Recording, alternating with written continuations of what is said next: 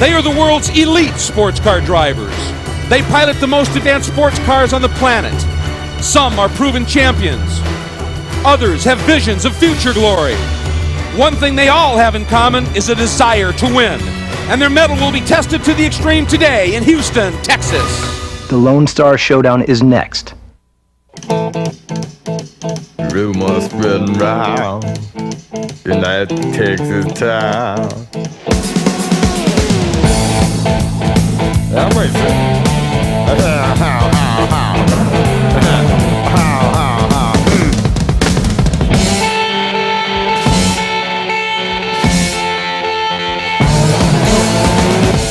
The American Le Mans Series is next on CBS.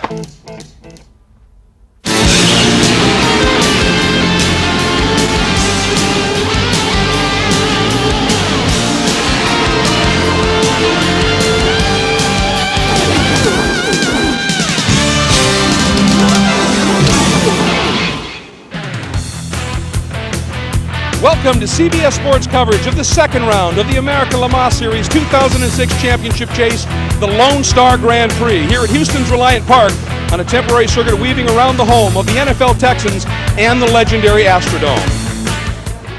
Hi everybody, I'm Greg Kramer, and it's great to have you with us for what should prove to be an absolutely fascinating race. Why? Well, first of all, it's the first street circuit that the American Le Mans Series has contested since 2003. Two, it's also a brand new venue, which means virtually untested. And three, and perhaps most tantalizing, is the fact we'll be racing under the lights. This really should be great fun. Now keep in mind, in ALMS competition, 4 different classes race together at the same time on the track in each race. 2 of them race in the prototype division. Those are the ultra-sleek, super-fast rocket ships. The most powerful and therefore quickest run in P1, the P2 cars, albeit a little less powerful, are very light and therefore very agile and nimble. And on a track like tonight's, this is going to make them very, very close and well in the hunt. Now, for more on the Pirelli prototype storylines, let's get trackside and meet Brian Till.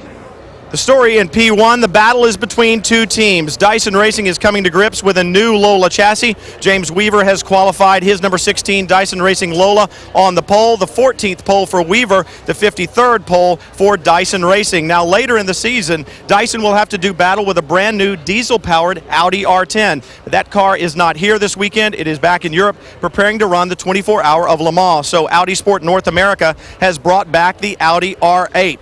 Some rule changes over the past years have slowed this car down a little bit, but it is still very competitive, it's sturdy, and it is ultra reliable. The story, though, in P2 has all been about the Porsche RS Spyders of Penske Racing. Romain Dumas has qualified his Porsche Spyder 2nd overall. The team car will start 3rd, and there are those in the paddock who feel that these P2 Porsche Spyders, a little lighter weight, perhaps more nimble, but with less horsepower, may just be the ticket to win here on this very tight street circuit.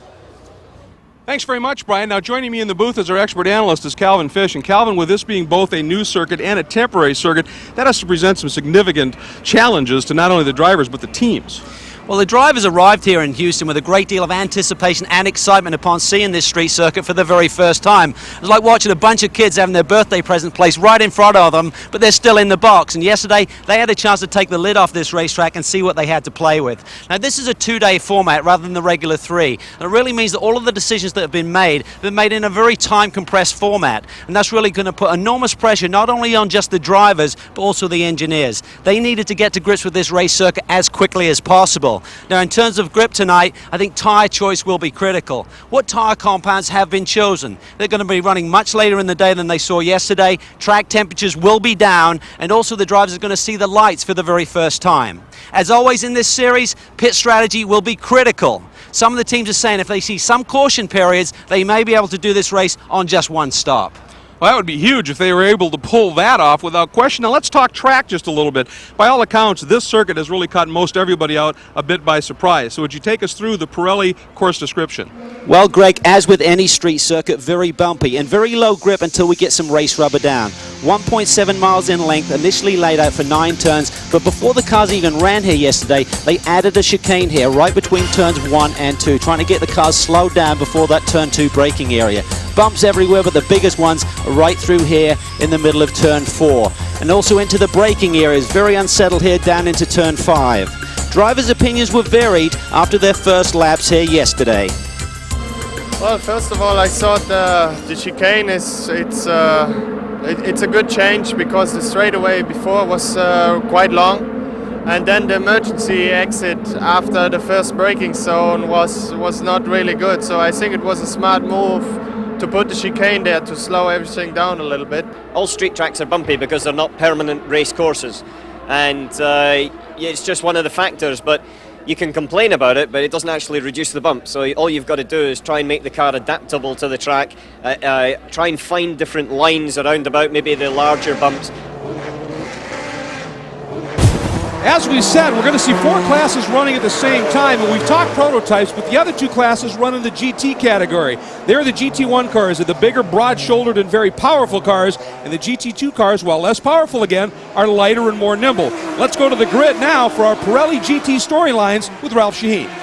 Well, the object of motor racing is to go fast and win races, but sometimes you can win too much, and that is what has happened to Corvette. They have won the last 10 races in a row. So the American Le Mans Series has added 176 pounds to the Corvettes to try to even the playing field. That's like trying to strap crew member Steve Piccolonghi into the passenger seat and making the cars carry him around throughout the race. How's it affected their performance? Well, the Corvettes qualified 1 and 2 in GT1. Now, the other category we'll be talking about tonight is GT2. 4 different manufacturers battling here with 4 very unique race cars. BMW with the M3, Porsche with the GT3, Panos with the Esperante, and the pole-winning Ferrari F430. Adding to the emotion and excitement Ferrari is the fact that they're based right here in Houston and sponsored by Ferrari of Houston. Ah, a true hometown favorite. Now, at any race, and especially a street course, strategy is key. For this race, though, maybe more important than ever. Here's Heather Cox. We will see a shift in strategy from several of the team members because of the challenges they face, not only from the track, but from their schedule as well. This street circuit, especially with all the bumps, is very tough on the cars, and the fact that at least 13 cars in this series will race back-to-back weekends and then head to France for Le Mans, and the strategy for these next 2 weekends is simply survive and advance. Now, because there is so little time between the 2 races to make repairs, and the fact that they will then ship up their cars and ship them over to France makes this very difficult. In fact, the teams have told me they will be much more cautious and much more pragmatic in their driving strategy. Now, of course, there is a very fine line to draw because ultimately, as we know, these drivers not out here racing to take second. Thanks, Heather. We're going to show you the starting lineup in the upper left, and we want to have our top qualifiers in each of our 4 classes introduce you personally. Hello, my name's James Weaver, and I'm from England. Butch Leitzinger, Reeversburg, Pennsylvania. I'm Timo Bernhard from Germany. I'm Romain Dumas from France. Hi, I'm Ron Fellows from Toronto, Ontario, Canada. Hi, I'm Johnny O'Connell from Flowery Branch, Georgia. Hello, I'm Jaime Melo from Brazil. Hi, I'm Mika Salo from Finland. All right, folks, the field coming to the green for the start of the second round of the championship. And remember, 4 different classes and a huge crowd watching. And these 4 different classes in this full field are going to be streaming into one of the tightest turns you're ever going to see, that new chicane. Well, they put that turn in, Greg, to slow the cars down. The problem is at the start, they then have to negotiate that with 23 cars on the grid. Here we go, green flag racing. Green flag is out. Weaver in the Dyson Lola leads them down. And everybody at this point, Calvin, smartly looking to go single file and not try and do anything too rash too early and get themselves in trouble right off the bat. Oh, except right there, the Intersport car for a moment tried to go too wide, and I think the Aston Martin there recognized that, let them slot in. Smart driving really so far. It really was. The chief steward before the green flag today said, guys, I really need you to space out. Try and give 3 to 4 car lengths between each other when you come to the green. Typically, race car drivers, they don't want to give up any track position. I'm surprised it was as clean as it was. Out of turn 4 into turn 5. Left-hander right here. A lead into turn 6. This is actually, Calvin, a very quick corner. It really is. They've eased the apex of that turn, and we see Weaver out front right now. Dumas really putting the pressure on. These guys were extremely close in qualifying here yesterday. Just a few hundredths of a second separated them, and about the same right now on the racetrack. Masson follows in third, followed by Capello in the Audi. Right behind that group is the number 12 entry. That is the car currently being driven right off the line by Chris McMurray, who did a great job in qualifying as well. And here we go, back into the chicane. Oh, big Weaver lock locks them by up. Weaver. Very bumpy there. James got it back together. That may have flat spotted a tire. He has enough experience. If you lock up a tire, you need to release that wheel, try and get it rolling again. We're on board looking at the backside of the Weaver car, the number 16 Dyson Lola. You see Dumas probing, looking for a way by. It's Porsche versus the Lola right now, and Porsche in a different category, but extremely fast during these early laps. Great onboard shots, and they're running right there through that section. A huge bump midway through that corner, and then right here you see the braking marks on the track.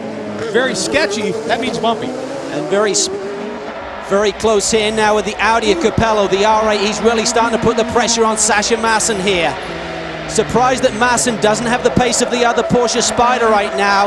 And Capello really strong here on these street circuits. You can really see the bumps there. Look at the driver fighting this. One of the drivers said it's like being on a mechanical bull trying to wrestle a car around this racetrack. So watch Masson's car up front, the Porsche just dancing everywhere. Back end stepping out under braking, of course.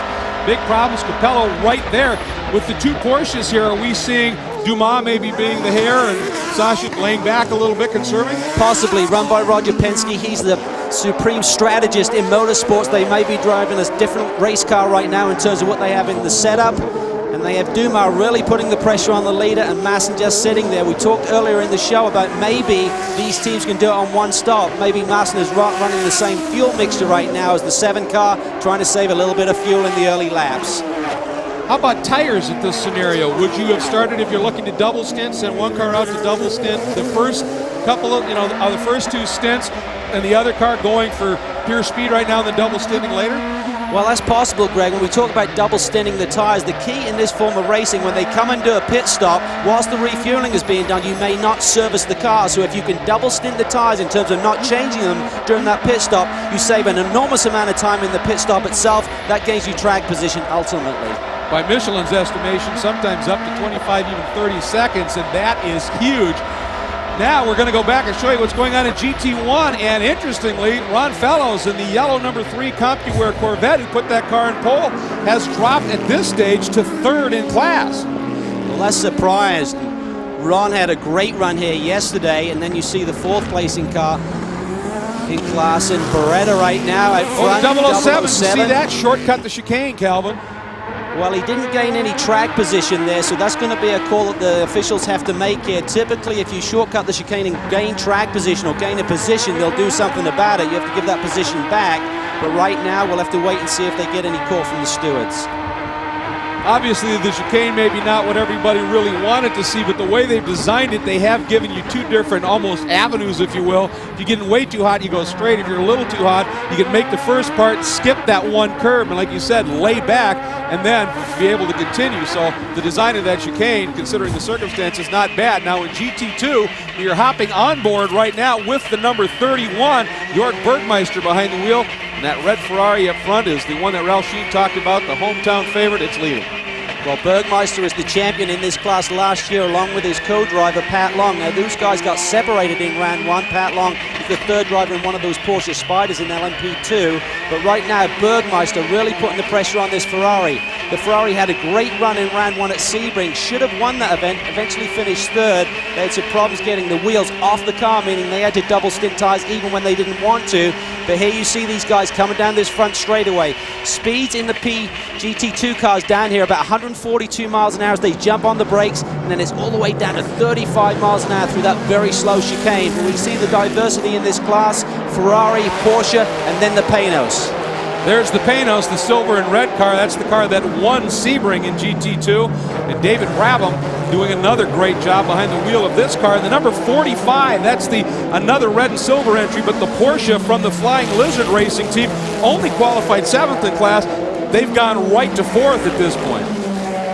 51 on pit road. This is not what was expected. You can see them doing the refueling, but typically they'll do that before they service the car. Let's go down to Brian. Well, the report from down here is Tom Milner Jr. called in and said, I've lost all power, so lost the drive to the car. He had sounded like the engine was running as he came down pit lane, but obviously well off song. So any stop here, as short as these lap times are, Calvin, anytime spent in the pits during green flag conditions is going to drop you well back. This is a disaster for these boys. There's a very short lap here, so if you're in the pits for a couple of minutes, you go down 2 laps. So underneath the engine bay right now, they'll try and figure it out. It's a long season ahead of them. They need to try and get the car out. If they complete 70% of the distance, they will get points tonight. But incredibly frustrating in the early going for the Panos Esperani team. We're on board with your leader, James Weaver. Here are your 4 class leaders. We'll be right back to Houston.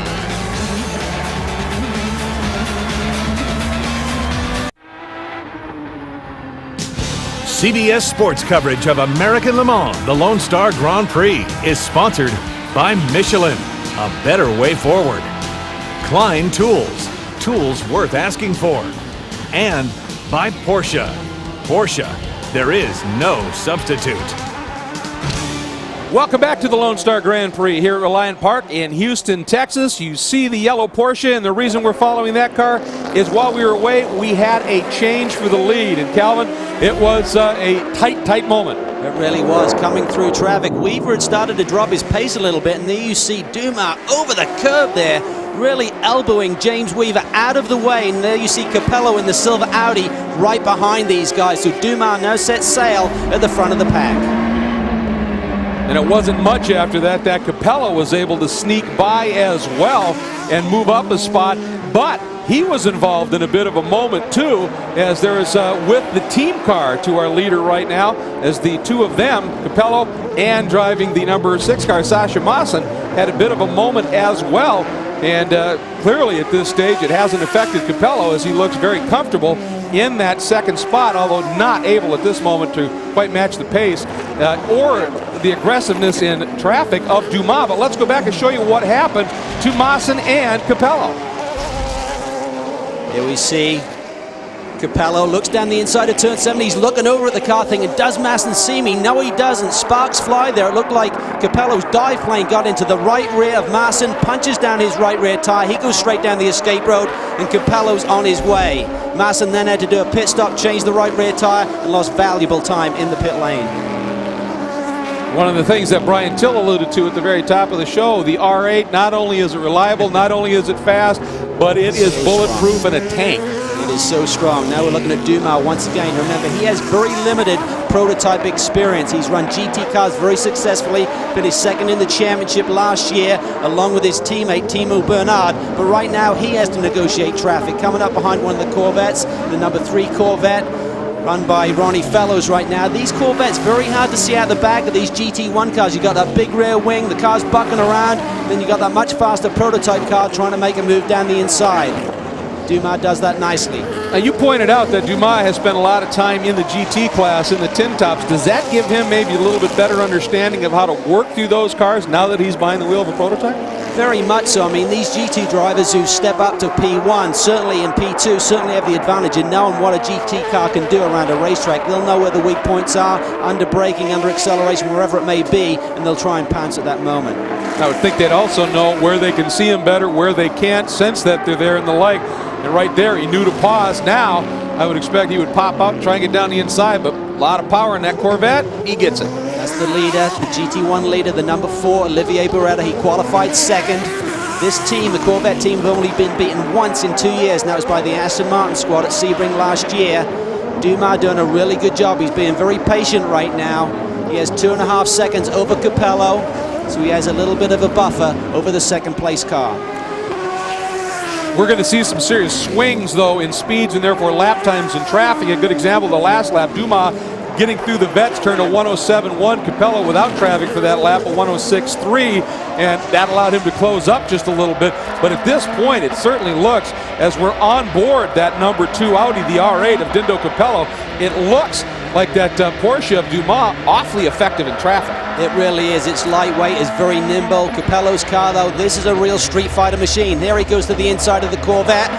No traction control on the Audi now. Traction control is allowed this year in P1, but this is a much older race car when it was originally designed. 6 years now that we've been seeing this car winning races. So you'll notice when Capello puts the power down, he can get a little bit sideways.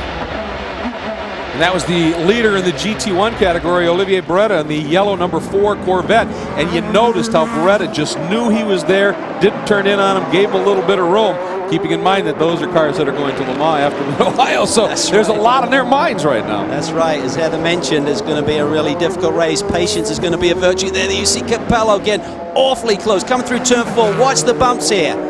Car just rock and rolls over the bumps there as he exits 4. That's 155 miles an hour as he's now hard on the brakes. Down into second gear, about 54 miles an hour through turn 5. A little bit quicker through here, up to about 80 miles an hour. Then hard on the brakes. This is where he clipped Masson earlier in the race. Look at the cockpit in the Audi. It's like an aircraft. You see the lights there. They go from green to orange to red. They don't have a rev counter in these machines. It just tells the driver when they need to shift, but they can really blink and get a look at this around this very busy racetrack. Calvin, one of the things you mentioned was just how old this Audi R8 really is. We've seen it in dominating form for about the last 5 to 6 years in the series. And arguably, the Audi R8 is quite possibly the greatest sports car in the history of sports car racing. Certainly has won more races than any other car in the series, and it still did not get the development that it probably should have had because it really didn't need it. It was so dominant, nothing else could touch it.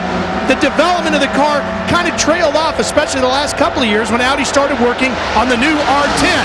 So we're looking at a car here tonight that is maybe maxed out to its potential, but maybe it's not. It's quite possibly a vintage car in a lot of ways, but one fast race car. One fast and, as you said, very successful race car. Now, problems for the number 20. That is Chris Dyson. Now, that car didn't even get a time in qualifying due to a problem, and it has had itself a spin as well. They moved smartly up to the pack, Calvin, but it got away from him. There he is, under braking. It looks like it's down into the turn 2 area. Just locked up the rears. May have been a downshift issue as well. If you go down the gearbox too quickly, it'll engage the drivetrain and lock up the rears, like almost grabbing the e-brake in your street car, and turns him around. But he's back underway.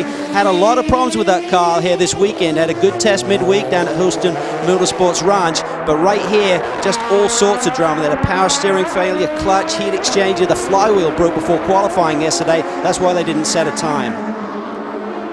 Yeah, Chris had brought it smartly up well into the top 10 before that spin happened, and now he's got to do all that work again. One of the problems was getting it turned around and back on with the field streaming by. It really cost him some additional time, and now coming up behind, that's the number 8 Mazda. Look a little bit similar, but different chassis. The Mazda's a Courage, and the Dyson car is a Lola, and the Lola runs P1, that Mazda runs in P2. So he gets through cleanly and now just has to put his head down and try and work through traffic and stay after it. And we are going to take a quick break, and as we go, here's a look at the current standings in the P1 category, your top 4. That should be interesting indeed. There is your leader here at the Lone Star Grand Prix, continues to be Romain Dumas, and he runs on Michelin tires.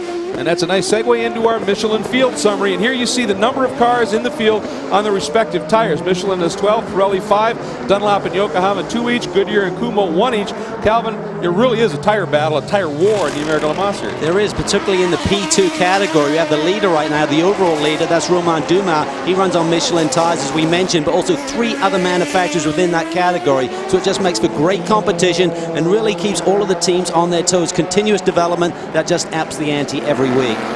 As Dumas continues to keep that Porsche a couple of seconds clear of Capello in the Audi. Let's go back and take a look at the goings-on in GT1, and they have been happening, including a change for the lead. There is your new leader in GT1. Ron Fellows put the car on pole, faded a little bit, and has come back and put together a stellar drive at this point. And as you can see, he's got a bit of room between he and the gentleman in second. And here's how that pass happened, Cal.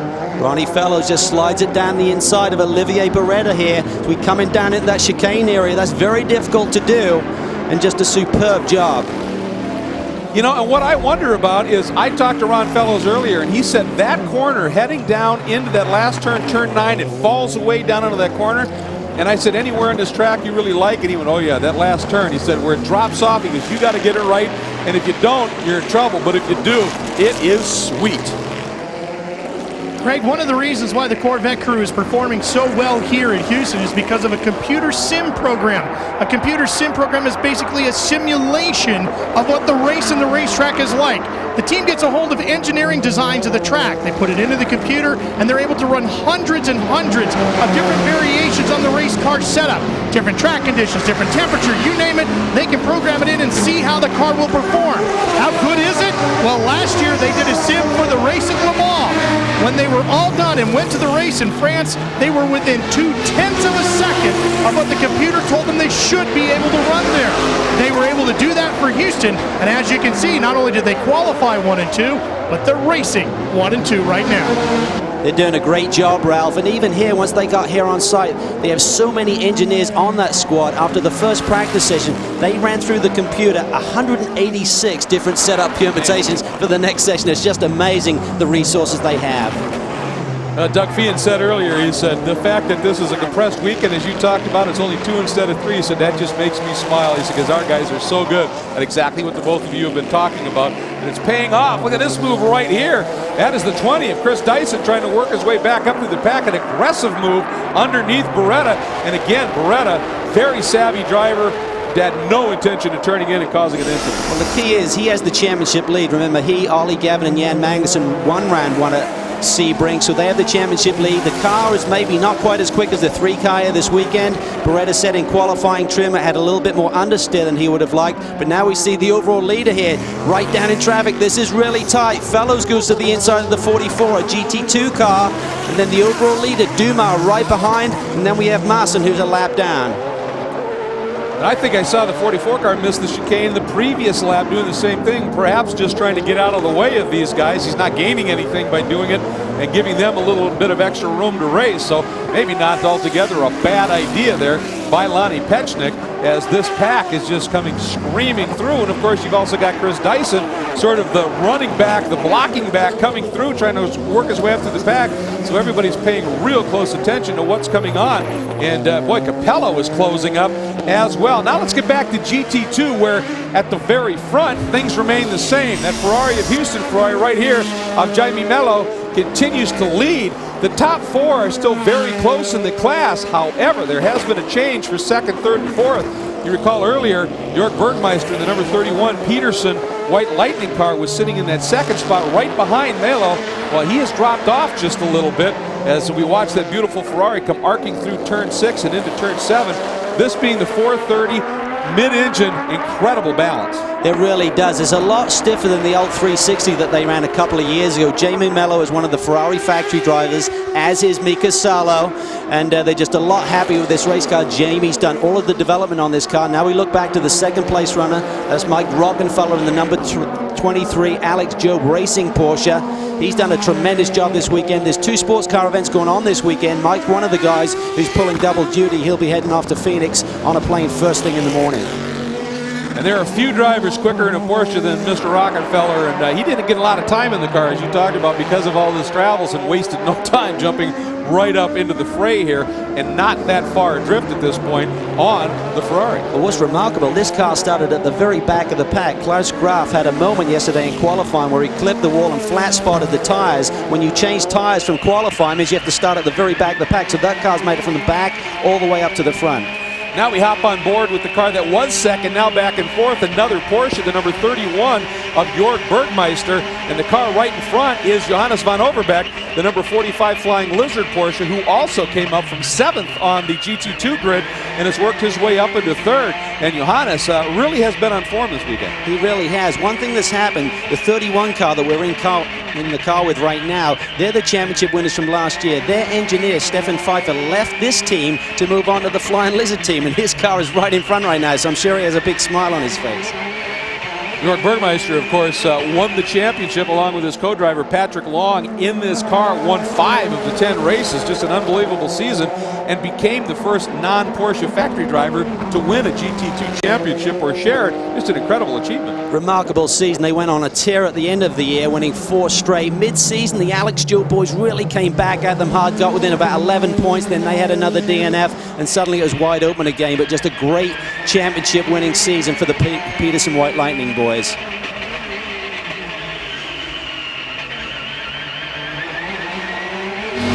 Guys, we were talking about Jorg Bergmeister and the great run he's had so far. He's actually doing a bit of a double dip this weekend, going back and forth between two series, racing here in Houston and then in Phoenix tomorrow. Now, very difficult to prepare for both races, but these drivers have had enough seat time in both that in about 5 laps they're up to speed. The difference, though, his partner, Patrick Long, they both like very different car setups. So Patrick told me that, hey, if Jorg's gone, we're going to get the setup I want. He's going to have to trust me and race in a car that's been set up for my liking. That's funny, and Patrick said, you know, we like very different race cars. Jorg likes a bit more understeer in the car, and he just turns it really aggressively and then flat foots it through the corner. But when he's not around, as Heather just said, I'm going to get the car just the way I like it. Typically, these guys as teammates, though, have to work together. There has to be some form of compromise. Ideally, you'd like drivers who like the same characteristics in the race car, but that's not always possible. Here we see one of the Dyson Lolas again trying to weave its way through the slower traffic. Look right there, the GT2 car almost as quick as Weaver. We've heard that Weaver's tires may be going off a little bit. He had those great opening laps, but right now we understand he may have abused those rear tires and doesn't have the traction getting off the corners. And we saw that, the GT2 car almost running up the gearbox of Weaver coming out of the tight corner. Yeah, he's lost a lot of time in terms of lap times around the track. They've fallen off just a little bit here, but he gets through. Now, we've got something for you, the Sunoco Forgotten Facts trivia question. We've got a good one for you. The series in sports car racing certainly has had a lot of history here in Texas over the course of the years. Now, here's the question for you. Who were the winning drivers when IMSA raced in Texas for the first time over 35 years ago? Better part of 4 decades they've been coming here. Give that one a thought, mull that over just a bit. Must be Brian Till. He's the only one on our squad who's old enough. Ouch.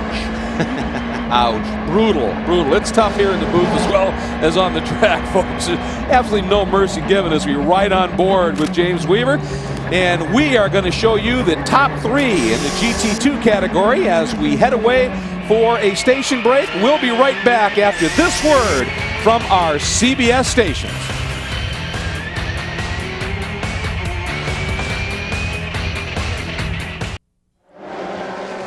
Welcome back to CBS Sports coverage of the Lone Star Grand Prix here at Reliant Park in Houston, Texas. Always a spectacular locale, but almost otherworldly tonight, bathed in the light of this temporary lighting system here at this circuit, and it is spectacular. I'm Greg Kramer along with Calvin Fish, Brian Till, Ralph Shaheen, and Heather Cox. Great to have everybody with us in what has proven to be an already spectacular event. If you're just joining us, however, we want to take you back and show you a few of the highlights. And at the green, it started quick and early. Right away, pole sitter James Weaver moved into the lead. Romain Dumas, who qualified second outside the front row, tucked in as they went to that tight chicane. Calvin, everybody behaved themselves nicely and got through. Great clean start there, single file through that chicane, there's no other way. Then we see Sasha Masson going straight on, having had contact with number 2 Audi of Dindo Capello. The right rear tire was flat, and you could see it was sort of set off to the side. And then this moment, Calvin, big pass for the lead. Romain Dumas really forced his way down the inside of Weaver. Weaver had a car that was starting to go off a little bit. Looks like the tires may have been run off that car a little bit, and Dumas set sail out front. And we also had a change back for the lead in the GT1 class. This was down through that very bumpy, tricky final turn, turn 9. Fellows, a great round down the inside. Almost looked like team orders there. Beretta really just gave up very easily. And now down to the pits, and here you see James Weaver is out of the car, Brian.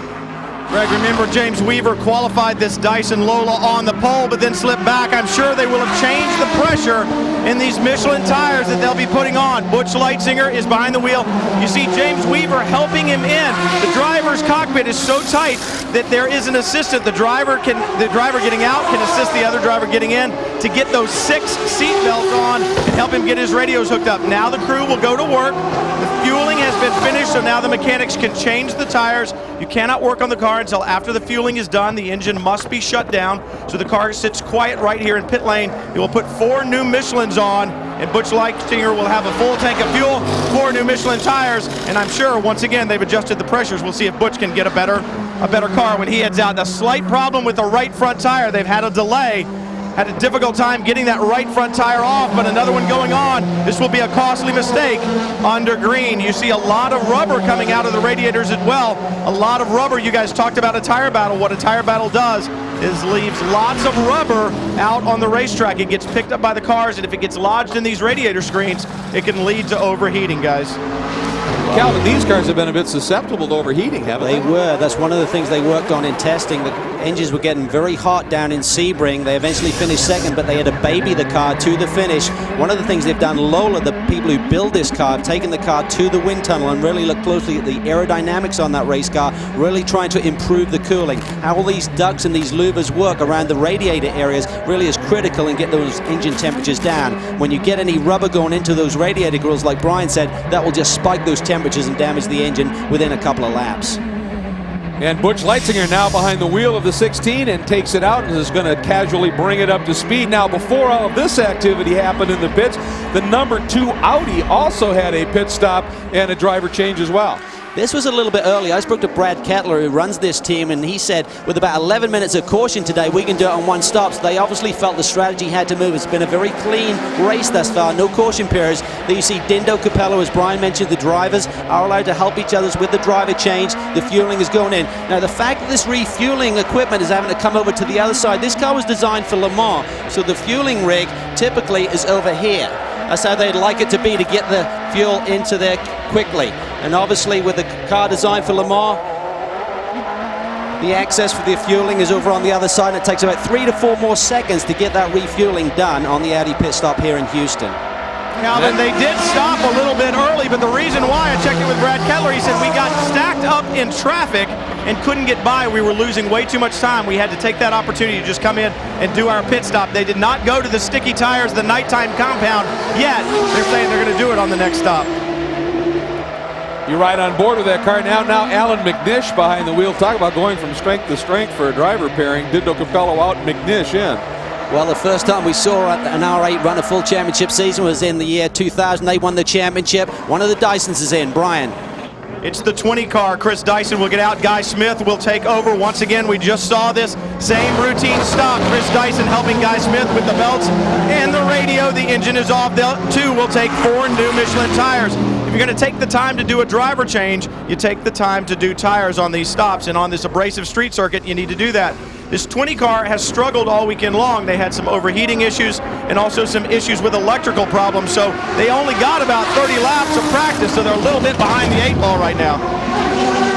Calvin, I was going to ask you, obviously, Brian's talking about hooking up all the belts, but we see the driver getting out, helping the other drivers, plugging all kinds of stuff in, too. Meanwhile, let's take a look, first of all, at what's going on down in the vet pit. Ralph? Well, the first of the 2 Corvettes, car number 4 is in. They will do a driver change. The rules are the same here for pit stops in the GT category. The engine is off. They cannot service a car until the fueling is done. Olivier Beretta has gotten out of the car. Ollie Gavin is in. Much difference in size, so there's a little bit of time needed to get Ollie strapped into the car. He is in. He's getting help from a crew member. As soon as they are done with the fueling, now the fueling is done, and the tires come off. They will quickly go to work changing all 4 of these Michelin tires and get him back out. You can see the lights are on. He is getting his system ready to go. Down off the jacks and comes in a very, very fast stop for car number 4. Not expecting any changes with either one of the Corvettes, as we expect to see the 3 car here in just a couple of minutes.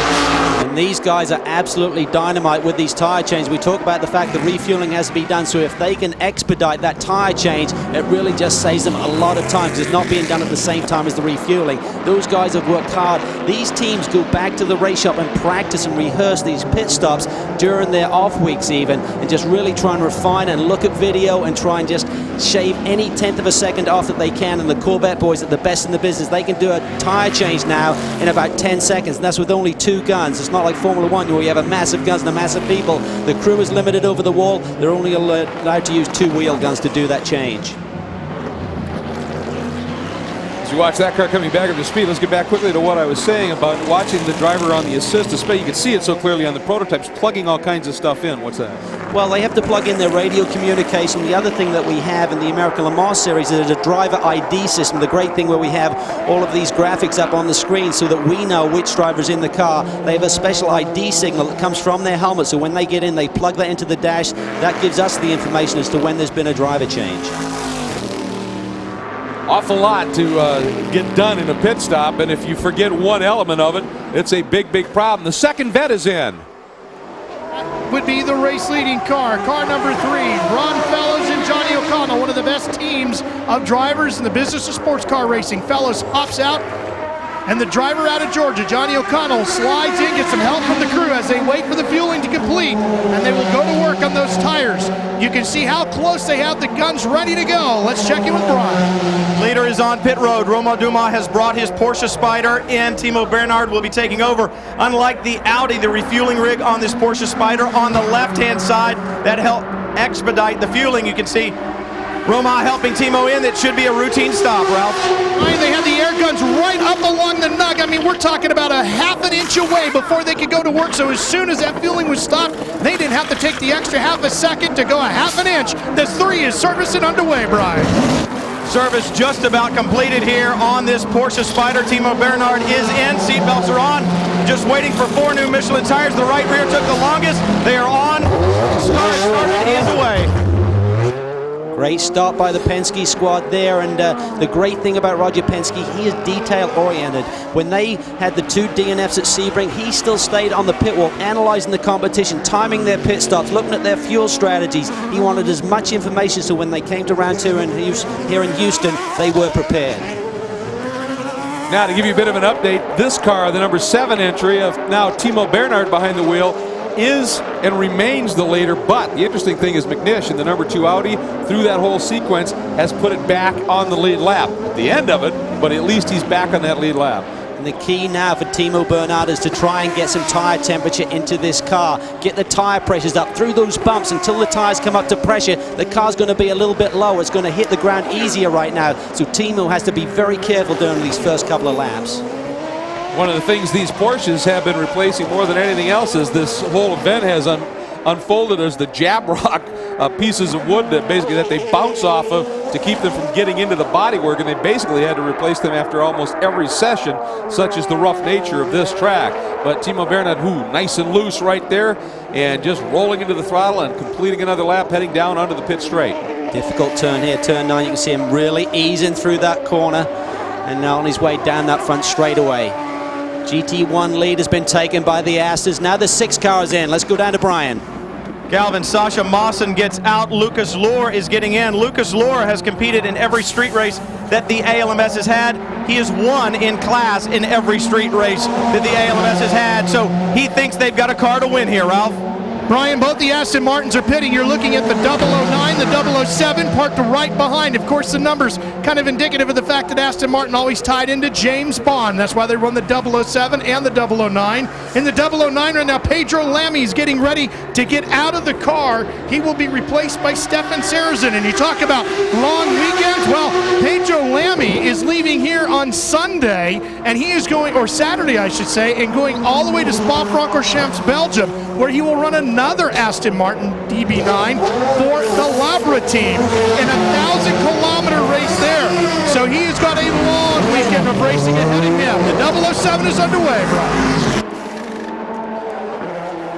So the key will be now, where are the Corvettes? They had the lead by about 7 seconds over these 2 Astons when they made their pit stop. So there's a real fierce competition, not only out on the racetrack between the drivers, but also between these crews on who can get their services performed the quickest. I believe the Corvettes will have maintained the lead after this round of stops. So a number of pit stops have now been completed. It'll take a lap or 2 for everything to sort out and find out where everybody's running relative to everybody else. So don't go away.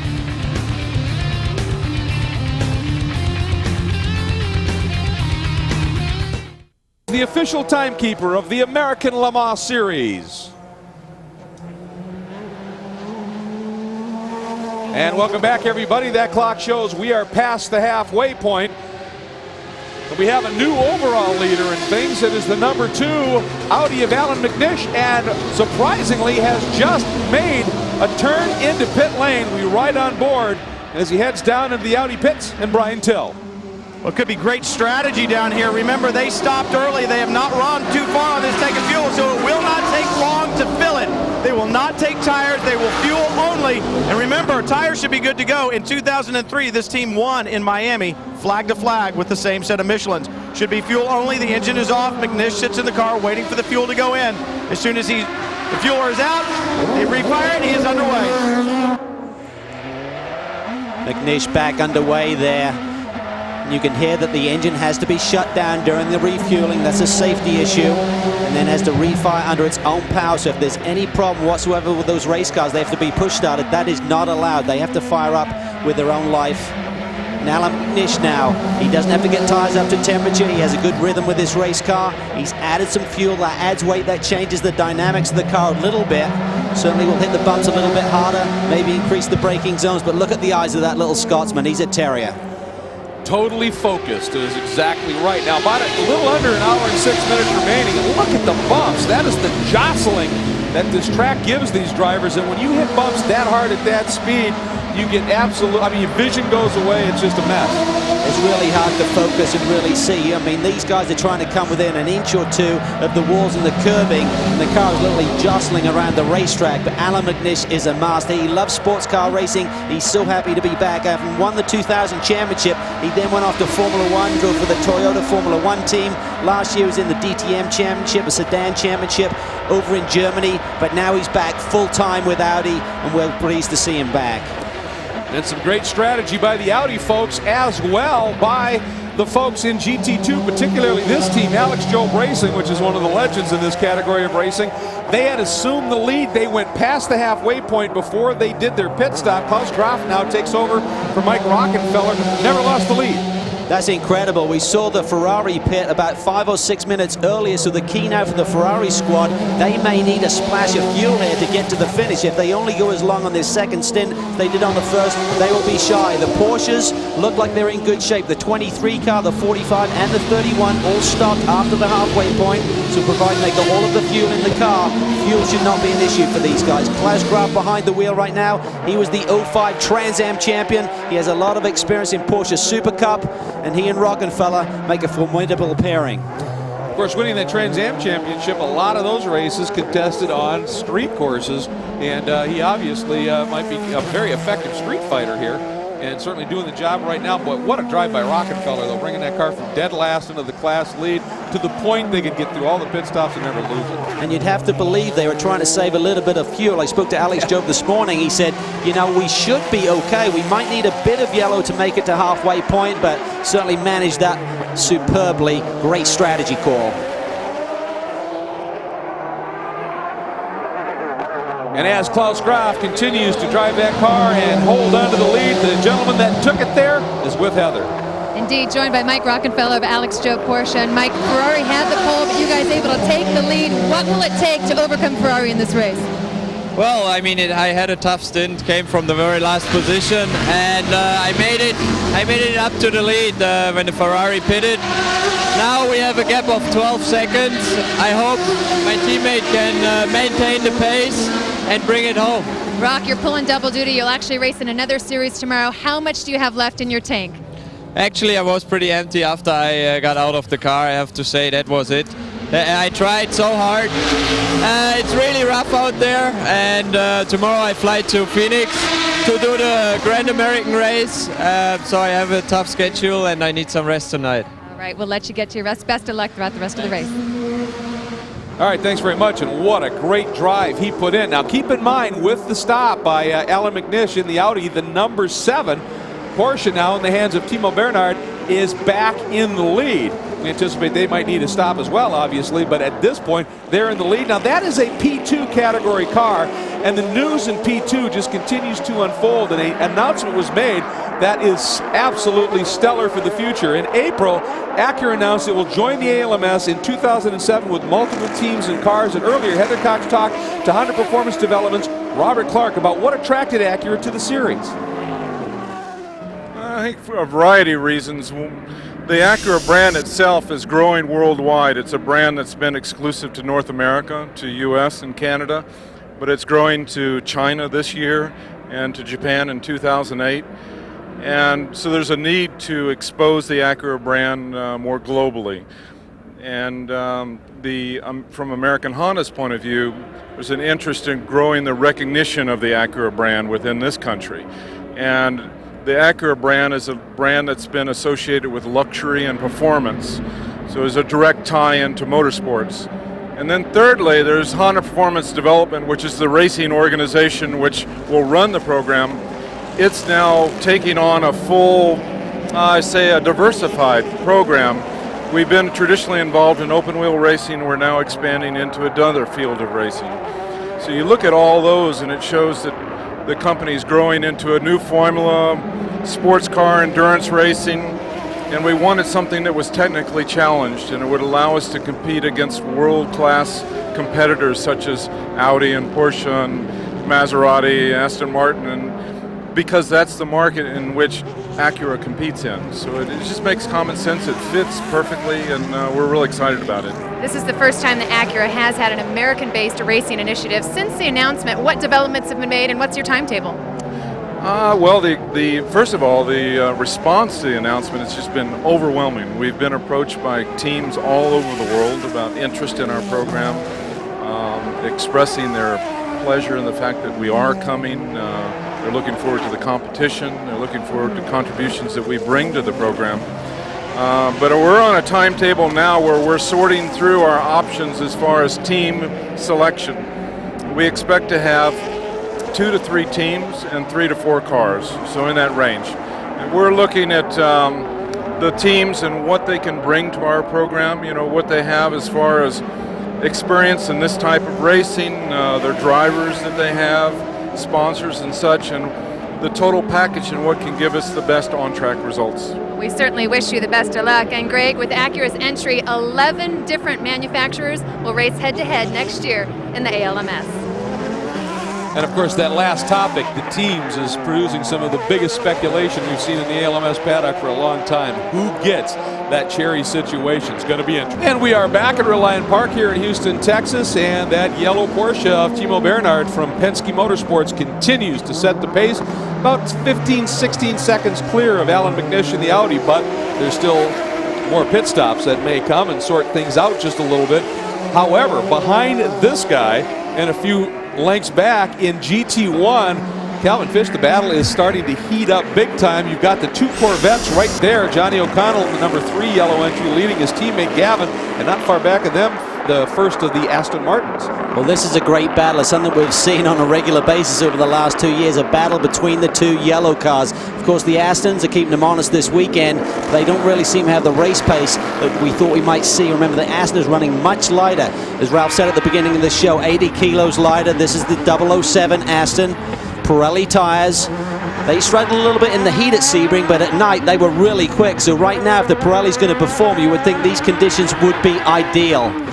On board with the Czech, Thomas Enger. See the telemetry there on the brakes. You see the red stripe, green stripe, hard acceleration up through the gears. Back on the brakes again. Very busy racetrack. Now this 007 entry sits 4th in class right now. It is the team entry 009 of Stefan Sarrazin that sits in the 3rd spot, about 5 seconds back of Gavin in the Corvette in 2nd in class, and then of course O'Connell leads. Now O'Connell in those last couple of laps was able to stretch it from half a second to about 1.5 seconds. Looked like a lot of that was traffic. Traffic will always play a part here. You have to be so careful. In some areas of the racetrack, there's literally no way around it. The guys can't disappear.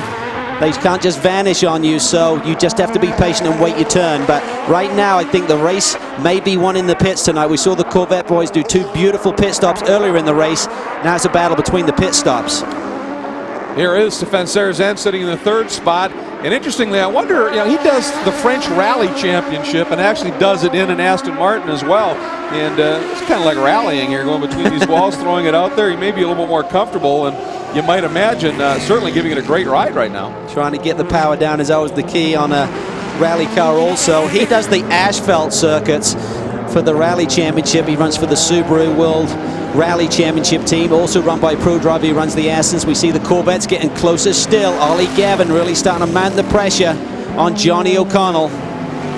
That last lap, O'Connell a 109.3, but Gavin a 108.8. It took half a second back, and now they're getting into traffic. And Ralph Shaheen, the guy who put that number 3 car on pole and back in the lead, got to be getting a bit nervous. Well, that would be Ron Fellows, the man who put the car on the front row, as you said. Now, Ron, you actually slipped back to third, worked your way back up to first, and you've got the car out front. How is it handling right now? Can Johnny get it to the finish? Yeah, I think Johnny will stay for the finish. It's quite the ride around this place. Great fun, though. Good old-fashioned street racing.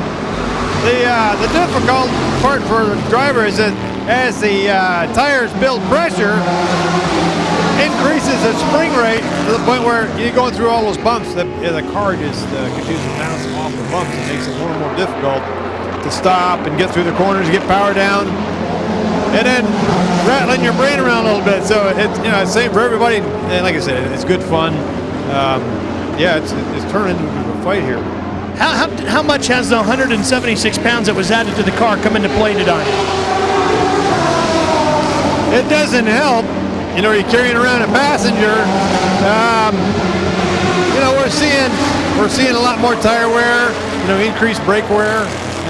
But obviously the Corvette's still a very strong car, and it is what it is. We're just trying to continue to work hard and battle with what we've been given. So. Well, Greg, these buttons were handed out earlier in the weekend saying, free the vets, 176 pounds, and if they're not careful and we win their 11th race in a row here, that might be 276 pounds or more for the next race at Mid-Ohio. They don't need any more, Ralph. 90 liters of fuel, a full fuel load weighs about 175 pounds. So when these cars are on light fuel load, it's almost like they fill the gas tank up again. That's the difference. Right now, look at Gavin really putting the pressure on O'Connell. Now, one thing Ron mentioned, he said, as the tires come up to pressure, that increases the spring rate. What he's talking about there is the spring rate of the tire. The tire almost acts like a suspension system as well. You get a lot of heat buildup coming from the braking of the car and also just the tire sliding around on the racetrack. They'll build typically between 6 and 10 pounds over the cold pressure when they first go out. What that means is a lot stiffer and it's going to jump around on the racetrack. And Johnny O'Connell has used traffic to perfection, and that's given him a little bit of a margin at this point over Gavin.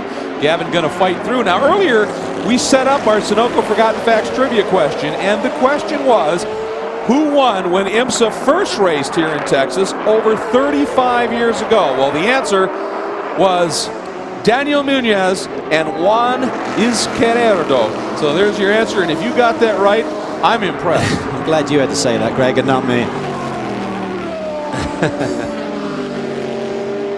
So that's the answer to the trivia question, and look at this. Now Gavin gets through traffic and closes right back up on O'Connell. It's the accordion effect, and we're going to see it right through to the rest of the race. Here are your 4-class leaders, and Timo Bernhard leads overall.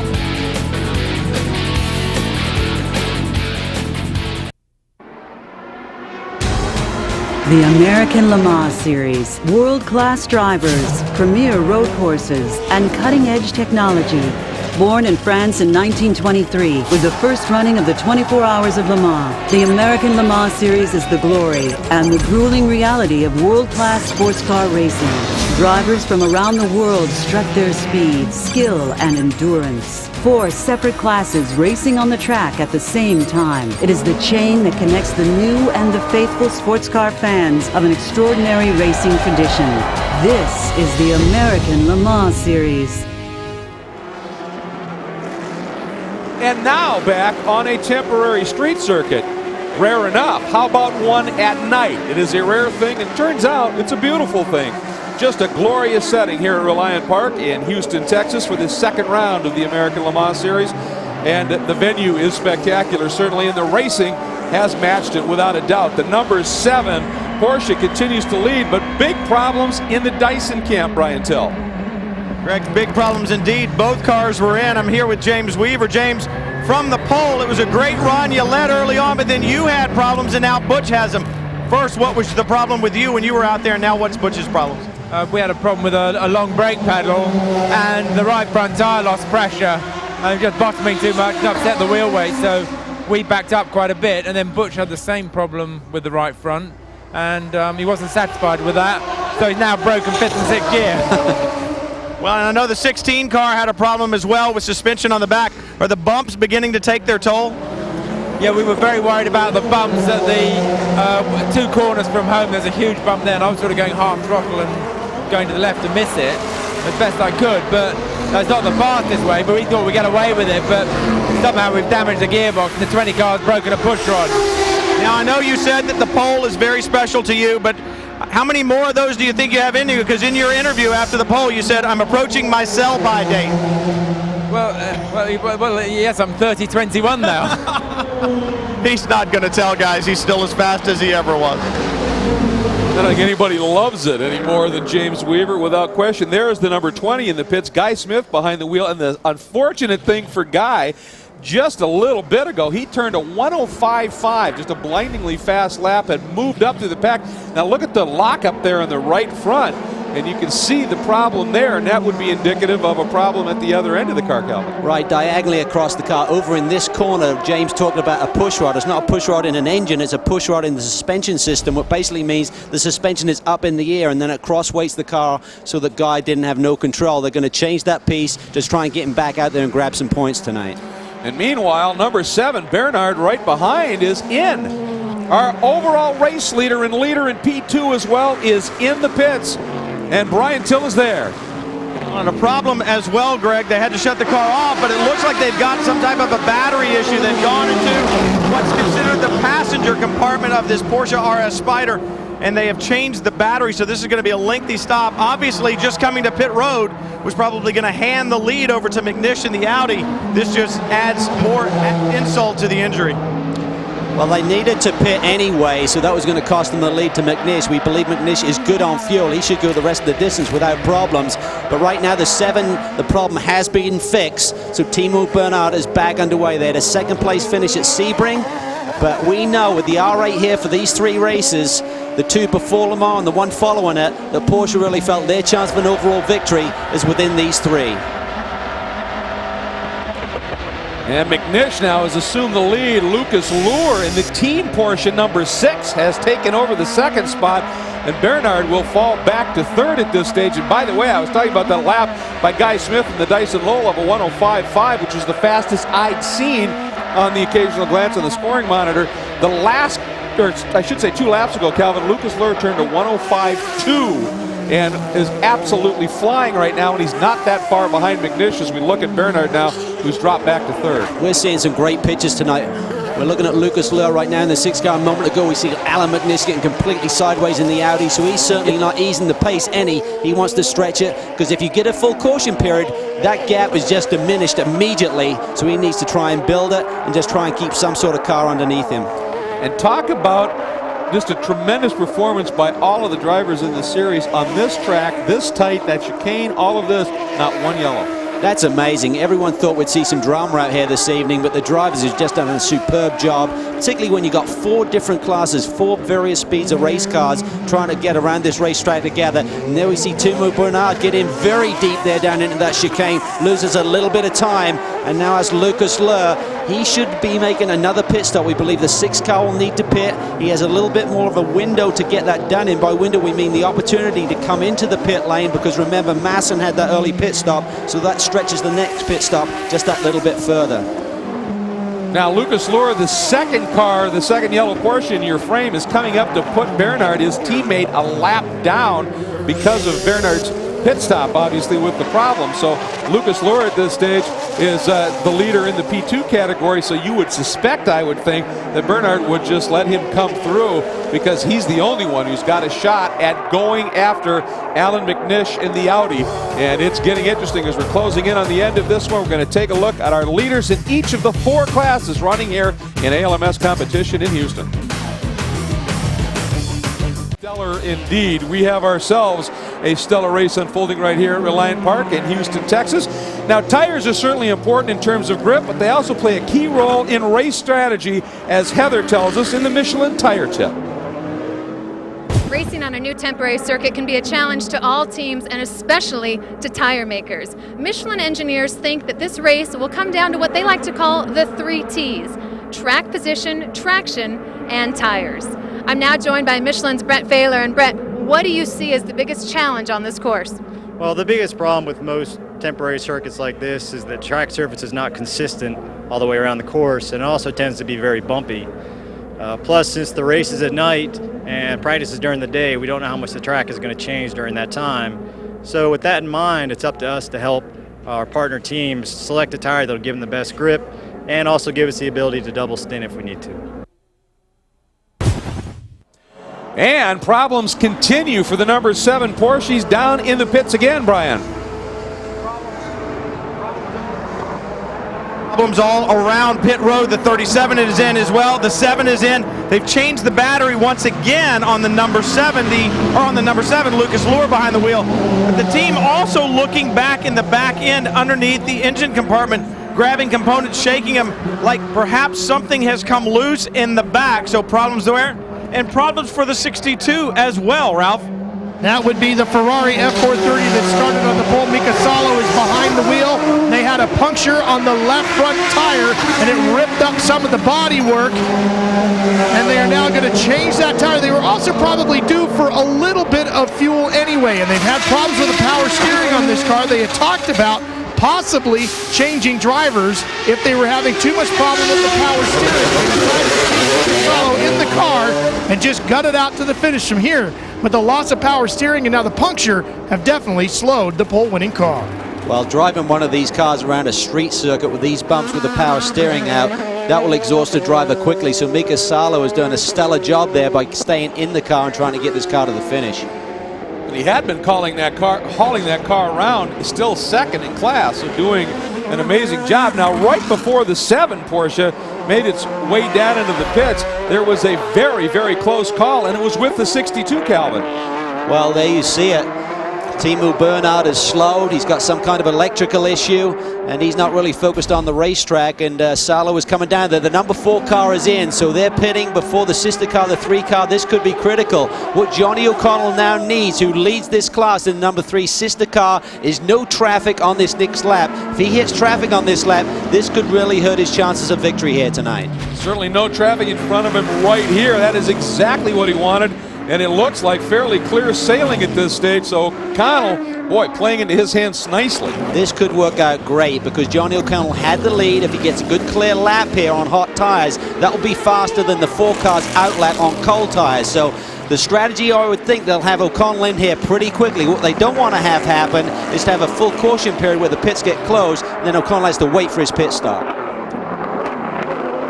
Now, at this stage, still absolutely no traffic in front. Would they maybe say, go around one more time? You don't have any traffic. Keep trying to throw down some fast laps. Looks like they let him go. Well, you just run the risk, Greg, if you get a full caution period, that those pit lane becomes closed. He cannot come in and do the servicing then, so he'd suffer a penalty if he was running out of gas at that stage of the race. So I would think he'd be in within the next lap or two. Well, they gambled keeping him out at least one more time, but now he is coming up on some traffic, so we'll see how that plays out. Oh, and the number 6, who has had such a stellar run in the hands of Lucas Luhr in terms of outright speed, at an absolute crawl. And one wonders, Calvin, at this stage, we've seen the Dysons, this car, the 7. We've also seen the 37 entry that Brian alluded to. Is this track, the bumps, finally taking its toll? Well, possibly. We believe it's an electrical issue with the 7 car, but the 6 car slowing on the racetrack. Now, both cars had an input shaft failure in the transmission at Sebring. Identical problem. They researched and dug deep into the cars after the race there and said it was the same problem. But right now, Lucas Luhr is stranded out on the racetrack. Now, this is what I'm talking about, Greg. Yes. This could be a full caution period. That 3 car needs to get in the pit lane. And smartly, and may already be heading that way. I believe the electrical problem at Sebring was alternator, and the way the 7 car, they're not doing anything about it to replace it at this stage. They'd be so far back, and the 3 car is in. We have not yet had any call for a full course caution, so once again, Dan Binks and the crew here have played this one beautifully. Beautifully, but they ran it a little bit close there. Let's get down to Ralph Sheheen. Johnny O'Connell brings the 3 car to a stop. Gary Young swings around, gets ready to put the air jack into the car. Now remember, he can't raise the car up until the fueling is completed. This stop right here could be such a key to whether or not Johnny O'Connell and Ron Fellows take the win over their teammates. Fueling is done. Gary Young puts the air jack in. He goes to work on the left front tire. These guys so good at changing tires on this team. They are just about done with the rears.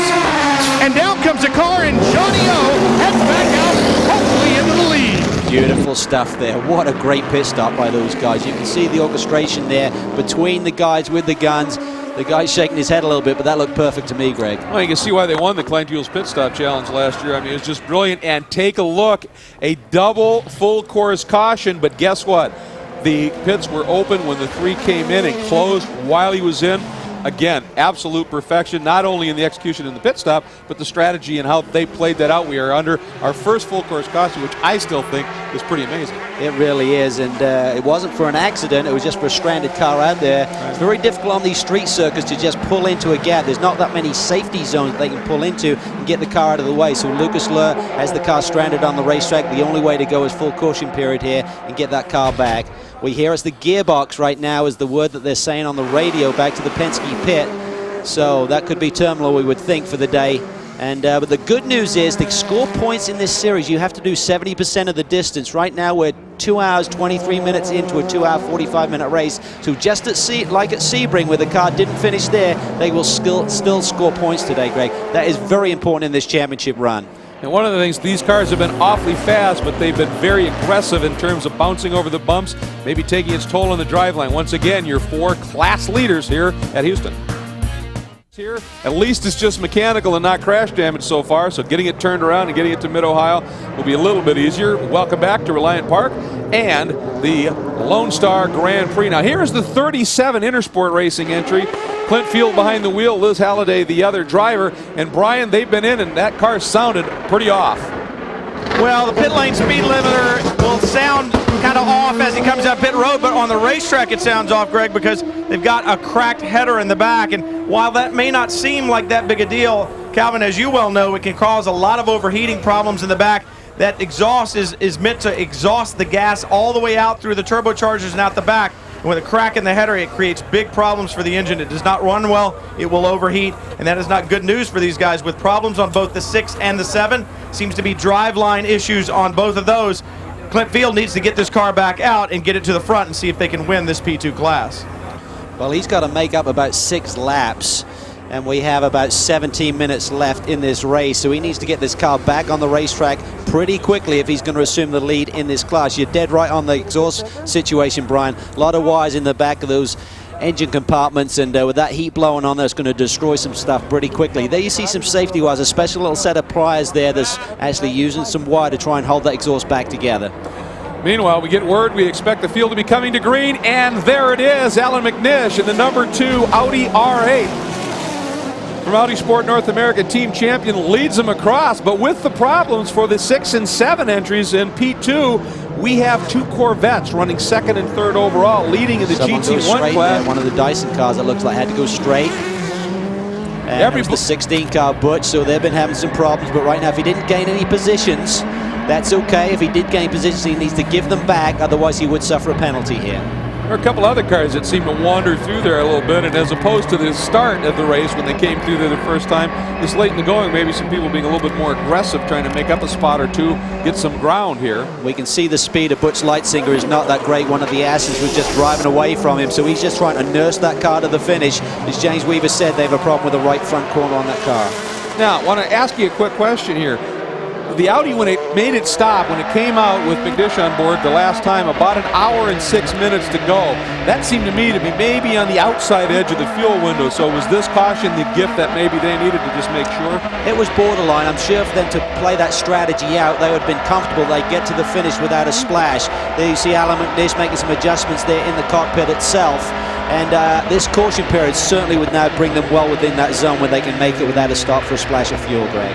So he doesn't have to backpedal, save fuel. He can turn it up full and let her snort. And the great thing with this Audi R8 engine, this 3.6-liter diesel, turbo, the diesel's in the R10, of course, has FSI injection, which really gives it great efficiency, doesn't really use much fuel under caution. It really saves a tremendous amount of fuel.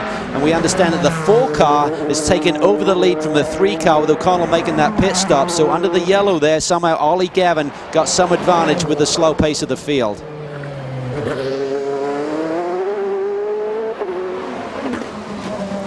You see Alan McNish, you see the car sparking. On the bottom of these cars, they have these little rub strips. Sometimes they're made out of titanium, and they just spark as they hit the ground, and you can see it very clearly at night. Now we see the Corvettes. There's a GT2 car separating one of the Flying Lizard cars, but Ollie Gavin has got the lead away from Johnny O'Connell. Now, we're not sure if it happened whilst Johnny was in the pits or when they went back to Green Flag Racing, but the battle is on. What sort of call does Doug Feehan, who's the manager here at Corvette Racing, make in terms of letting these boys go racing for the rest of the night?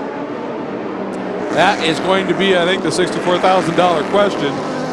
Because keep in mind now, both of these cars, they've not only got Mid-Ohio coming up, but just a few days after Mid-Ohio, they load them up and send them off to Le Mans. The question is, do you let them go race, or are you a little bit more concerned at this stage about making sure you've got two solid, solid undamaged race cars that you can load in the crates and send overseas? Well, they have 4 of these cars. 4 of these new C6R cars are available to this team, but what they have is a race coming up very shortly after Le Mans. Ideally what the team... Whoa! O'Connell really loose there coming off the corner. They have traction control, but the car nearly jumped away from him. Look at the Aston Martin taking advantage here, taking a run around the outside. O'Connell has some kind of problem. He slowed dramatically there. Keep in mind that Aston Martin down a lap at this stage, so trying to get things gained back up again. But the question here would certainly be, is something wrong with O'Connell's car? As you pointed out, you wouldn't expect to see something like that happen with traction control unless he just carried way too much speed into the turn. But look at the gap that the Aston has immediately pulled on, Johnny, so he's been having some kind of problem getting up to speed here since that pit stop. Calvin, I just took a quick look over at a glance at Dan Binks, crew chief on the 3 car, and they're all saying everything is okay as far as what they're seeing on the data and the systems that show them everything telemetry on this car. Everything seems okay. They just think it was a quick slip there. And it was actually that pit stop area that we were talking about. That's what caught out Johnny O'Connell, and that's how Ollie Gavin got in front of him. Gavin was able to complete his pit stop while everything was green, and O'Connell just didn't have the chance due to when the yellow came out to get back up in front of Gavin. See those rotors absolutely glowing red here. We talk about the extra weight on the Corvette. That puts extra demand on the whole race car. And talking about brake temperatures, 1400 degree Fahrenheit is the brake temperature that they're seeing on the front end of that Corvette here in Houston. Certainly does make it spectacular with those rotors glowing like that here in the beautiful light cast around this track at this stage right now. Watch this. Right there they are. Look at that. That makes a pretty picture, but Johnny O'Connell, he had a prettier picture when he was in the lead of this race. Not so good right now as he's dropping back from his teammate. And basically that's an exchange of energy, isn't it? When you're running, if you're going to slow down, you got to change the energy, and when you're going forward, it comes out in heat right through those rotors. So it is spectacular indeed, as is the racing here. There is your overall race leader, Alan McNish, here at Houston, and here are your 4 class leaders.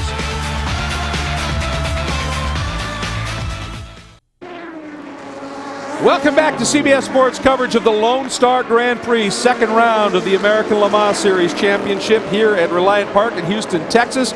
It is a spectacular sight. The racing has matched it, as we've said all along. And by the way, folks, we want to remind you that, of course, the next 4 races in the championship right here on CBS Sports as well. There's the schedule on the left. You see the air dates when you'll be able to watch those races at Mid-Ohio coming up in a week.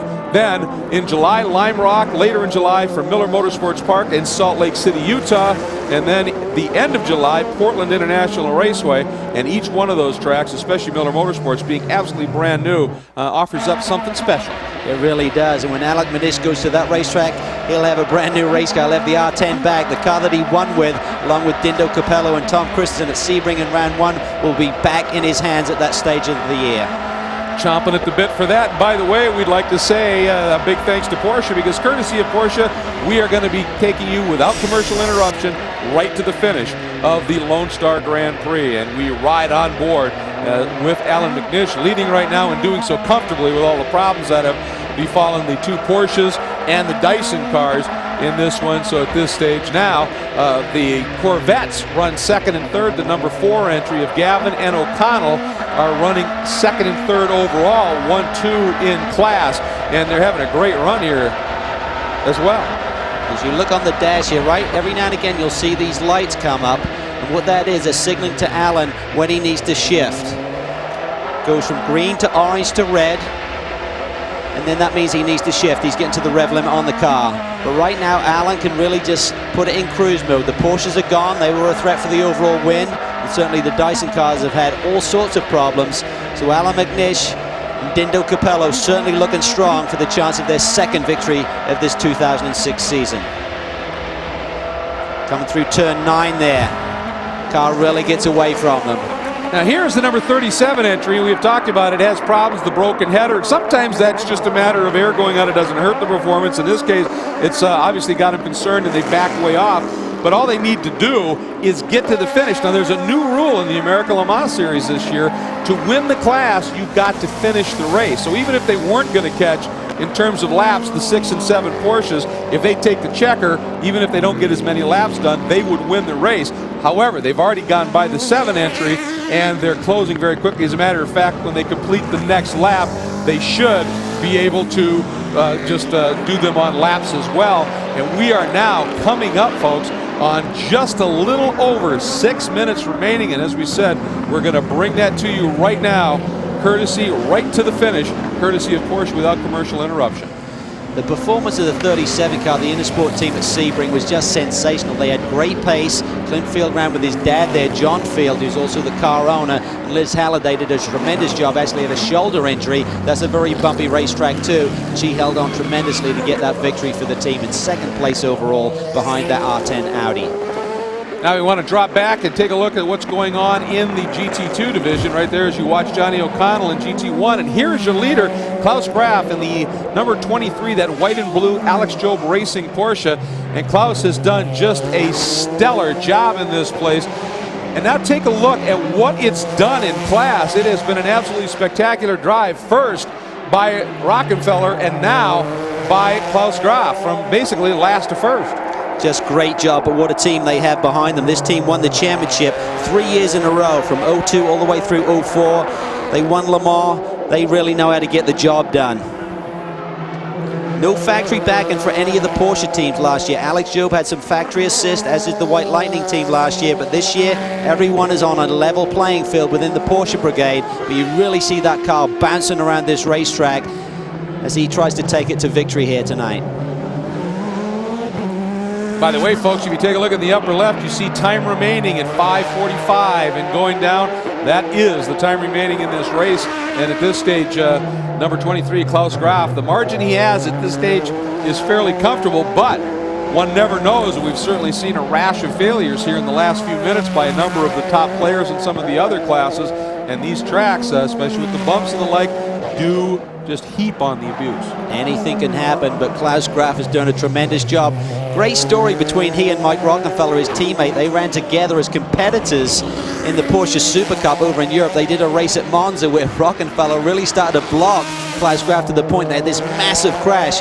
Graf went off in a big heap at the end of the straightaway, and he was pretty angry. So it's interesting, a lot of these guys who are now teammates have been fierce competitors in the past. They have to put that behind them and become good, solid teammates and work well together. Well, they certainly have done that here with Rockefeller, as we said, taking the car from dead last, not just in class, but on the grid dead last, and bringing it into the lead, and then Klaus Graf getting behind the wheel and able to keep it right there. There's a look at the number 45 entry. That is one of the Flying Lizard cars, now in the hands of another driver who had a bit of success in the Porsche Michelin Super Cup, the wonderful Wolf Hensler, who was given that a great run as well. He's a magician in one of these cars also. So many of these guys just really excel when they get that behind the wheel of one of these Porsche GT cars, and Wolf Hensler is one of the best in the business. He wasn't in the car at round one. They had John Fogarty running there. They've had a little bit of a turnaround in that team. Wolf is now on board, and the team are really happy with his performance thus far. Right now, Wolf is the fastest guy in the class consistently. He's always now in the low 112s. Klaus has gotten there. Salo has gotten there, which huge kudos to Mika Salo for doing that without power steering in that Ferrari. That is a pretty remarkable job. But Wolf Hensler right now is very fast. Problem is, he's a ways back. He is. He's really needs a problem. He needs a full caution period to try and stack this field up again for him to really have a chance of catching Klaus Graf here tonight. But anything can happen. Mika Salo, as you mentioned, doing a great job in the Ferrari, currently third. They're looking for their second podium in a run. They had major problems in Sebring trying to get the wheel nuts off that Ferrari, but that hasn't been a problem here tonight. So they've made some changes, and it certainly seems to have been a good fix for the team. There's Hensler in the Ferrari now right in front of him at this stage. And Hensler is closing. There's the Ferrari of Salo. Hensler right there behind him. And this is not a battle for position. Look at that. The wicker on the back of that Ferrari is starting to slide out. It is. Right there you can see it coming out of the corner of the wing. And that's a little lip that runs along the back edge of the wing, adds a little bit of downforce, pushes the back of the car down to the ground, gives it more grip. If that thing disappears, it's certainly going to affect the handling of that race car and make it loose, make the tail end start to slide around the corners if that thing falls completely out. And even at this stage, I would think it would upset the handling a little bit, and Hensler able to just sneak on through. And is that Pechnik, his teammate? Or excuse me, now that would be not Pechnik, it would be Seth Nyman in the 44 going with him at this stage. And we are coming up on 2 minutes and 30. 2 minutes and 30 seconds remaining in the second round of the ALMS Championship. So Salo just trying to hang on here. We know he has some power steering issues. We see the rear wicker bill coming out of the wing. He just wants to hang on, try and grab another podium here tonight. Now we're looking overboard. Alan McNish. What a job these guys have done today, Greg. Just incredible. And of course, Dindo Capella, who started the car and did such a great job. There's Dindo, hat on backwards there, just kicking back, watching what's unfolding right now. And interestingly, they were more concerned, they said, about just P1. They just wanted to make sure they held on to the P1 points lead and protected that while they were running the R8. But this car is so bulletproof and so just one of the greatest sports cars ever built. And once again, it has come through. It really has, and they have so much experience with this car. They've run on similar racetracks. They ran in Miami, they ran in Trois-Rivières up in Canada, so they came here with a pretty strong setup. They didn't have the ultimate pace of the Dyson Lola, or the Porsches for that matter, in qualifying, but in race trim, they have looked great here tonight. Less than 1 minute 30 to go for Alan McNish, which would be, what, a couple of laps probably around here, and should bring it home. Gavin has stretched the margin in GT1 to a little over 12 seconds at this stage, so O'Connell just struggling, not able to find the time. Engen Sarazen and the Aston Martin sit 4th and 5th in class at this point, and Klaus Croft continues to lead in GT2, and the number 37 of Clint Field has now taken the lead in the P2 class, and the white flag is out. Alan McNish bringing it around for one more lap here at the Lone Star Grand Prix. You see the traffic ahead of Alan. He'll just be very careful there, just trying to pick his way through. Clint Field going very slowly. Got that exhaust header problem. You can hear it in the background there, not running sweet. But what is sweet is Alan McNish looking for his second victory here this season. And they said, we just want to defend our championship lead. No better way to do it than with another victory. 2 earlier ALMS races in the state of Texas, both of them won by Audi. Imagine that. And if things stay put as they are in the GT1 category, highest overall finishes here, and I mean the top 4 cars in GT1 are going to be in the top 5 overall. That's never happened, so we'll see how that unfolds. And McNish making his way around. Well, this is now called the Audi Sport North America Team Champion. It's the first time that Champion have run as an Audi factory team, and Dave Mirage, the analyst, said, we can take victory here. I will be a very proud man. And Alan McNish has one more corner to negotiate before he sees that checkered flag. And there it is, the checker flies. Alan McNish gets the win. The Audi goes 3 for 3. There you see Mr. Mirage on the far right. Here comes the number 3 Corvette, sitting 3rd in class, just not close enough to Ollie Gavin at this stage. And the number 4 of Gavin has just taken the checkered flag, winning in GT1, 2nd overall. An amazing achievement. O'Connell right behind him, bringing the number 3 home, 3rd overall, 2nd in class. And then, of course, it should be the 2 Aston Martins, but Ollie Gavin has brought it home once again, and this Corvette juggernaut continues to be impressive. Second win in a year. Olivier Beretta and Ollie Gavin really turning things around. They won the championship last year, really got on a roll at the end of the season, and that continues here with 2 victories to start off their championship defending run. So great performance by the Corvette boys. I don't think O'Connell's car was the same after that final pit stop. He just didn't look comfortable, was losing a lot of ground to Gavin, so I'd suspect he had some kind of issue there at the end. That's pretty amazing. That is the 7th straight win in ALMS competition for the Corvette, and they're going to be picking up one of the boots. Beautiful trophies right here. $14,000 apiece for these trophies here, folks. Spectacular, and they're going to be earning it. An incredible achievement. McNish, Gavin, Field, and Graf. We'll be right back. CBS Sports coverage of American Le Mans, the Lone Star Grand Prix, is sponsored by the diesel-powered Audi R10 TDI, initiating a new dawn of power. Sunoco, fueling drivers with a passion for cars. Sunoco, the official gasoline of the American Le Mans Series. And by Kumho Tires, race-proven performance.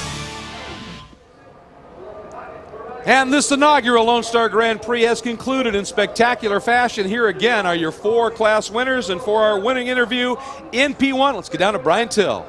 Alan McNish celebrating down here. It's now 62 victories for the R8. I know she's taken you to a championship, to race wins, to Le Mans victories. She just doesn't slow down, does she? No, she doesn't, but the competition gets stronger. But the Audi R8's proved once again that it's been competitive even on a very difficult, bumpy and tight street circuit like this. And it's also been fantastically competitive and winning on the types of Le Mans. And so I think Dindo and I can be very pleased with an Audi. Very pleased indeed. That's 2 victories for you guys this year. Dindo, victories for you in the Audi as well. Early on, it looked almost easy as you worked your way up through the pack, but you had a close call with the Porsche out there. No damage to the car, obviously. Yeah, I had a small contact with Sasha. Honestly, I didn't want to even try to overtake. Then he opened the door. I said, okay, I was really, I try or I don't try. Then I try to brake as hard as possible, not to touch him. And then I didn't feel the touching, to be honest. And fortunately, nothing happened, but the car was unbelievable fast. I could do 5.0 during my stint, which was really almost quicker than our qualifying time, which is unbelievable. It was unbelievable. Another unbelievable performance for the R8. It's been tough. It's been fast throughout its career. It still is, guys. And that was the 49th ALMS win for the R8. Now take a look at the results in GT1, the Vets, the Aston Martins, and the Celine. Let's get down to Ralph. Well, as you can see, the Corvette guys do everything as a team, including victory lane celebrations. Oliver Gavin and, of course, Olivier Beretta drove the number 4 car to a win here and second overall. Tell me about that run, Ollie, how you got yourself back into the lead in GT1 and second overall. Well, I was pushing hard all the way, and Johnny was driving exceptionally hard. But everybody at Corvette Racing has just done such a fantastic job. We've got 176 pounds more than everybody else here in our class, and still, this is the machine to beat, and the Michelin tires have been fantastic. But it was tough coming in for that last stop, and I was pushing like really so hard trying to keep up with Johnny. And then when we came in and I went out for my first 2 out laps, I was pushing like crazy, and it was pretty hairy and scary. But pulled it off and got into the lead, and that was enough. So the boys did a fantastic job with all the stops today. It was just brilliant. 7th win for you and your teammate, 11th win for Corvette, 26th win for you, my friend, the most wins in the series history. Is this team, now you accomplished, I would think, everything you wanted to do. You came out of here with a win. Are you afraid now that maybe 176 pounds might grow? Yeah, I don't know, but first of all, I want to thank my teammate. He did a wonderful job. He's the man of the race, and also the crew. Like the beginning, they always did a fantastic pit stop. No problem, very fast. They give us a wonderful car, and Corvette Racing is still very strong. I mean, with all the weight that we have, we are still there. The target was to put the car on the lead and to win the race. We have the 1-2, and also we have no damage on the car, which is very important for them. They will have a break before Mid-Ohio. Good weekend, Greg. Without question, in the 27th record 1-2 finish for that team. Now in P2, it was survival on top of speed. Clint Field and Liz Halliday get their 2nd straight win. They're with Brian Till. Field celebrating another victory in the P2 class, and you won at Sebring, but it looks like the same thing here, just determination and teamwork that got you to the end. Yeah, I tell you what, the team worked great all week. I mean, we didn't really have any reliability issues until the race, and it pulled through. I came onto the front straight, and there was this wicked noise. It didn't sound very good, and there was no power. So came in the pits. It was a cracked header. They safety wired it back together, and it held up. But got to thank Richard Berry, Very Berry Exotics, Goodyear Tires, and the Hallidays. Everybody that's been behind us. Clint Field, the winningest driver in the P2 category with 13. It's now 14 victories. And the 5th for Liz Halliday, last year's Rookie of the Year in GT2, Rockefeller and Graf, perhaps the most spectacular driver of the race, and they're with Heather Cox. And with the GT2 winners, Klaus Graf and Mike Rockefeller. And Klaus, you guys were last on the grid to first. How did you overcome your competition? Well, it was fantastic. I mean, Mike did a fantastic job in the beginning, overtaking all those cars. I mean, he pushed really, really hard, and he handed me the car over in the lead, or in second, I think. And then I just kept pushing, and we were in the lead, and I was able to extend the lead, and then at the end I just controlled the race, and it was really good. I mean, the Macro High Wires car really ran well, and Alex Shop Racing Boys did a fantastic job, really good. And Mike, you got that early lead, created the gap. How challenging were the bumps, and how did you handle all the challenges of the street circuit?